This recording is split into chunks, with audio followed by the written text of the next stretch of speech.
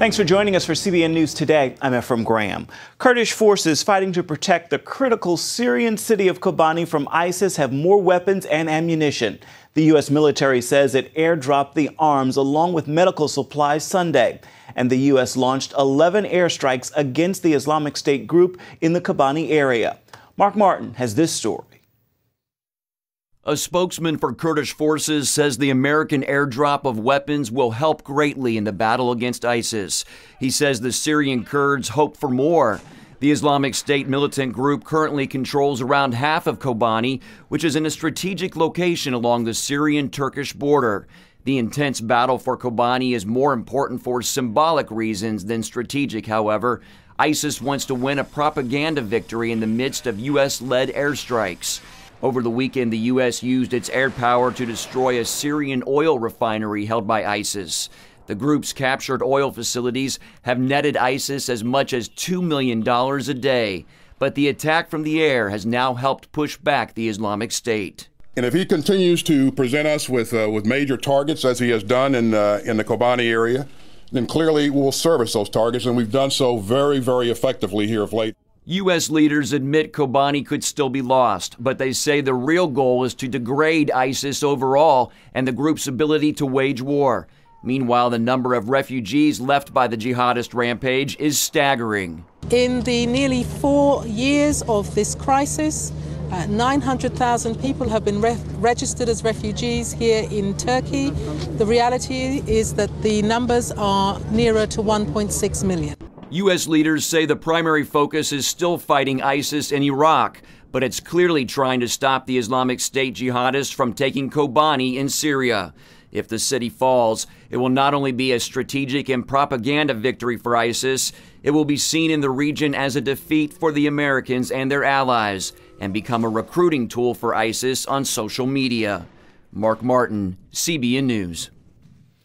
A group of people who treated Thomas Eric Duncan, the Ebola patient who died in a Dallas hospital, is now released from that 21-day quarantine. Health officials say the 48 people are no longer a risk. Also, the Dallas lab supervisor who handled samples from Duncan has tested negative for Ebola. The woman was on a cruise ship, and although she showed no symptoms, she was quarantined in her cabin for days as fear quickly spread. Meanwhile, the 2 nurses who contracted Ebola from Duncan remain hospitalized, and federal health officials are revising Ebola safety protocols for hospitals. One of the things is going to be complete covering with no skin showing whatsoever. The Pentagon is now assembling a 30-member medical support team to help the CDC fight Ebola if needed. One of the main problems with Ebola is the fact that a person can have the virus inside them but still appear to be in good health. Lori Johnson talked to an infectious disease expert about that, the response of the healthcare community, and where we stand on an Ebola vaccine. Dr. Nancy Cardori has been studying and treating infectious diseases for the last 30 years. She says one of the main concerns with Ebola is the test. Even if a person is infected with Ebola, the test will be negative until enough of the virus builds up inside the person. The test becomes positive when they have symptoms. So it doesn't help you before the symptoms, like many other tests do. That means people infected with Ebola can enter this country undetected. What happens after that is up to them, but precautions can be taken at the point of entry. People who are coming from Africa, I'm hoping that this education will happen at the entry level, like at the airports, customs checks and all. Say, look, you're coming from XYZ country, and therefore, if you have fever or you just don't feel well, you have a headache, please don't just take your time to go see a healthcare provider. Go quickly. In an effort to prevent Ebola from spreading in the United States, the CDC has issued a number of guidelines for hospitals across the country. Topping the list, zeroing in on patients who have been to West Africa. Experts say these patients should be kept and isolated even if they have symptoms as mild as a low-grade fever. Although Ebola is only spread through direct contact with body fluids, it takes just a drop, splashing into the eyes, nose, even a tiny cut. If people have a small tear or abrasion that they haven't even noticed, which happens all the time, and they come in contact with somebody's blood or somebody's stool or urine or vomit that has the virus in it, in that case the virus will go through the skin. Dr. Cardori says the best hope for containing the spread of Ebola is the vaccine currently in development, which could be given on a mass scale in as early as 6 months. Because of the technology we have now, that is quite possible, considering and hoping there'll be no hurdles in the process that we don't know of yet. Dr. Cardori says until Ebola is contained in Africa, it will continue to spread around the world. Lori Johnson, CBN News. 2 Idaho ministers could face crippling fines and even jail time for refusing to perform same-sex weddings. Donald and Evelyn Knapp run the Hitching Post Wedding Chapel. City leaders told them a non-discrimination ordinance requires they perform ceremonies for all couples or face legal consequences. The Alliance Defending Freedom is defending the couple and filed a federal lawsuit Friday. An ADF attorney said many have denied that pastors would ever be forced to perform ceremonies, completely at odds with their faith. But that's what's happening here. This comes after a federal court overturned Idaho's voter-approved constitutional amendment defining marriage as between one man and one woman. We're staying on top of the developments from Houston, where city officials are changing their approach to sermon subpoenas. The city is now narrowing its request. Mayor Anise Parker says the word sermon is being deleted from the subpoenas, but city attorneys are still refusing to withdraw their demand for information from 5 Houston pastors who publicly opposed an ordinance banning discrimination against gay and transgender residents. I think when we're dealing with pastors in the city, even pastors that we would disagree with at times, we've got to make sure we honor that line of religious liberty. The Alliance Defending Freedom is weighing in on the subpoena changes. Attorneys released a statement saying the city of Houston still doesn't get it. It thinks that by changing nothing in its subpoenas other than to remove the word sermons, that it has solved the problem. That solves nothing.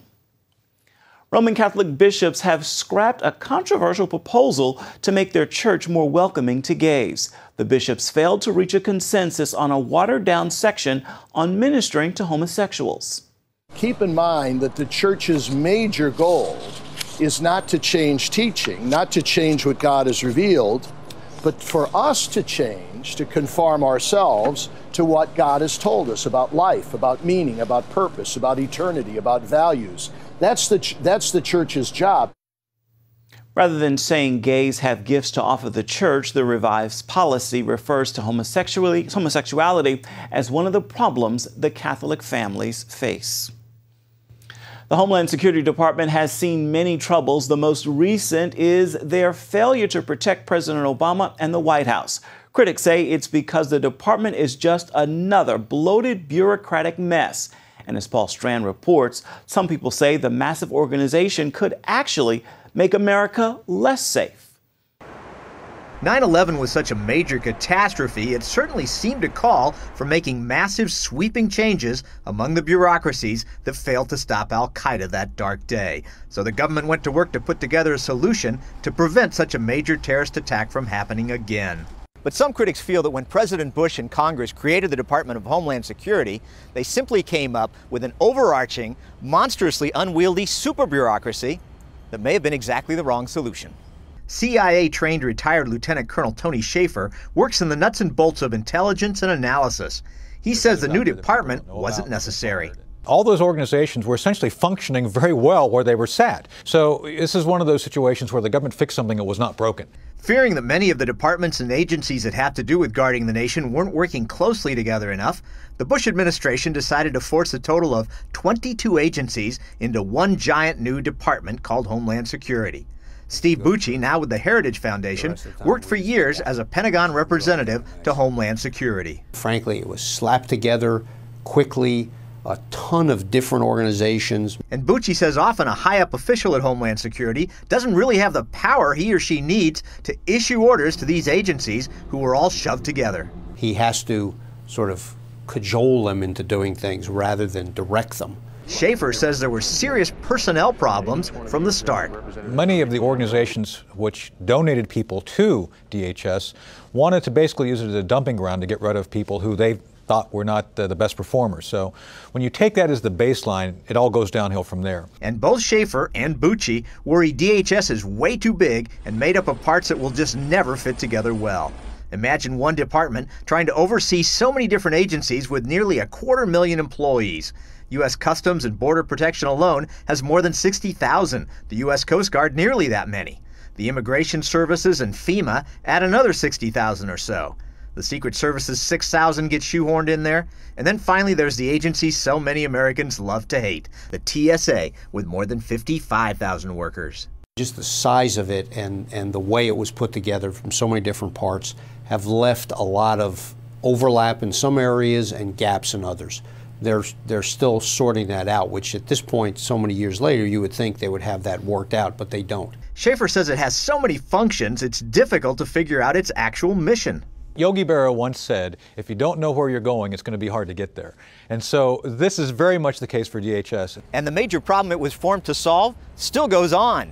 Agencies not sharing intelligence. Some of it is the old information is power. And if we have it and we're working this issue, we don't necessarily want to share it with those other guys because then they might get the credit. Schaefer says insiders tell him this. Sharing of information and data today is worse than before 9/11. Making it all even harder, a crushing amount of congressional oversight. Those 22 agencies which were put into one now still have to report to over 100 different congressional committees for their oversight. It's really hard to get good when you have that many people looking over your shoulder and telling you what to do. And inside, Bucci says there's a toxic culture from employees knowing that Homeland Security is rated the worst place in the government to work. They're told DHS is the biggest, most bureaucratic organization ever. They're told DHS is inefficient. It's really hard to keep your morale up when you hear that, and when you are trying to do a good job, but you keep bouncing off of this wall of bureaucracy. So should Homeland Security simply be dismantled? Bucci votes no. It may not be perfect.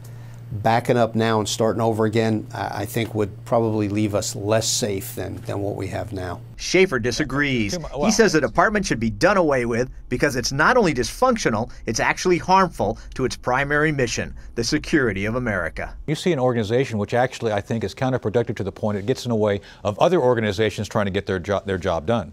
Paul Strand, CBN News, Washington. Next, parents face criminal charges for daring to homeschool their kids. See the government at brainwashing families.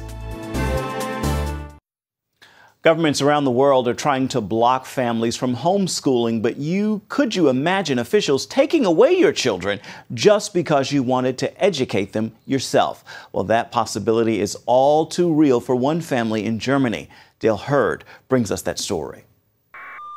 One of the recent recommendations of the panel investigating the Sandy Hook school massacre was for greater government oversight of homeschooling, even though the killer Adam Lanza spent most of his youth in public school and was only homeschooled briefly at age 16. Critics say Lanza's problem was severe mental illness, not home education.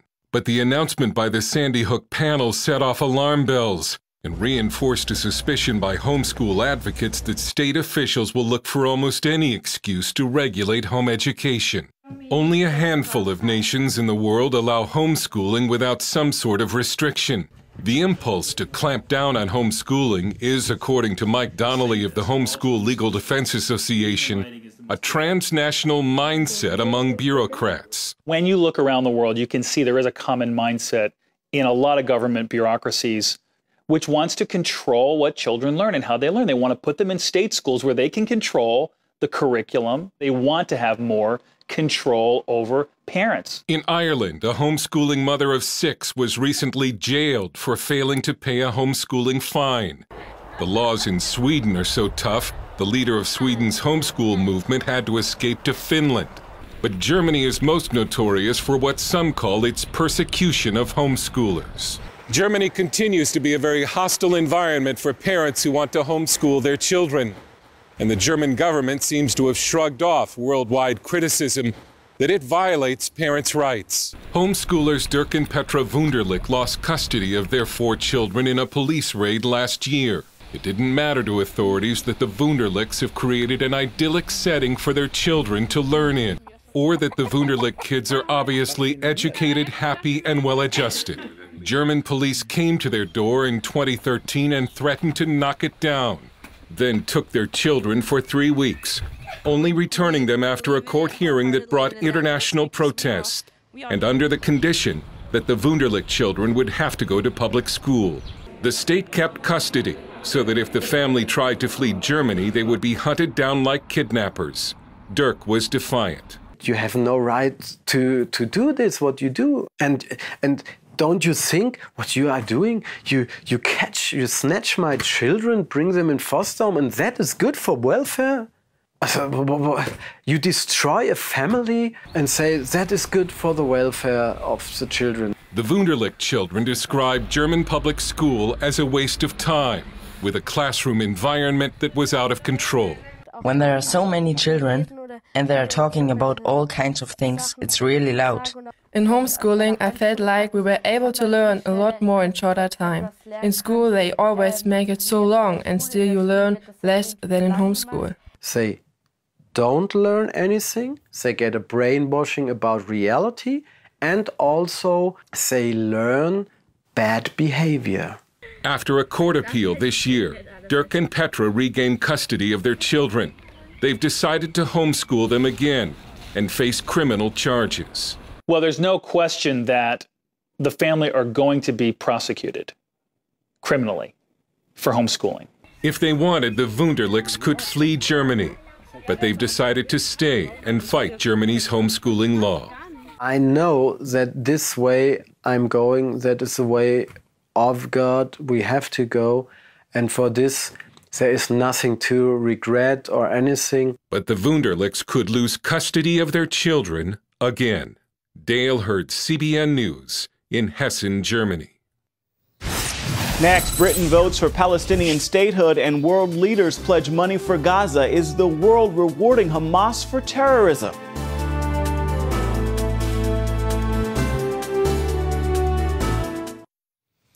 New violence in Nigeria is casting doubt on the government's claim the Boko Haram terrorist group is ready to release more than 200 schoolgirls. Friday, Nigeria's military leader said the radical Islamic group agreed to a ceasefire as a first step toward freeing the girls. But Boko Haram never confirmed the deal, and dozens of civilians have been killed in attacks since then. The government says a Boko Haram splinter group might be responsible. The kidnapping of nearly 300 schoolgirls last April caused an international uproar. Their release could help President Goodluck Jonathan's re-election campaign.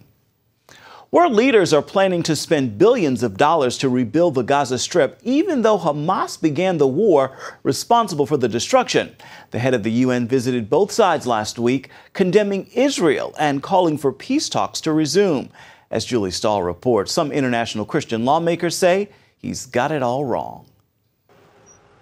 We'll go downstairs because UN Secretary General Ban Ki-moon took a first-hand look at Hamas tunnels that intended terror attacks on Israeli communities. I was shocked and alarmed by this underground tunnel, which had been used for penetration for terrorist purpose. I have been repeatedly condemning this rocket attacks by Hamas from the air. Ban made his comments in the Israeli kibbutz Nirim, where he met with the family of Daniel Turgeman. A Hamas mortar attack launched from a UN school killed the 4-year-old. We told the Secretary General that Daniel was killed in his home by a mortar bomb that was fired from his school. In that school were staying at the time refugees that Hamas was willingly putting in danger while firing from there to civilian targets. Daniel's aunt, Maya Turgeman, told CBN News the UN must do what it's meant to do. That is protect human rights. And protecting human rights means standing and saying that Hamas is a terrorist organization, not looking for peace, that they target civilians.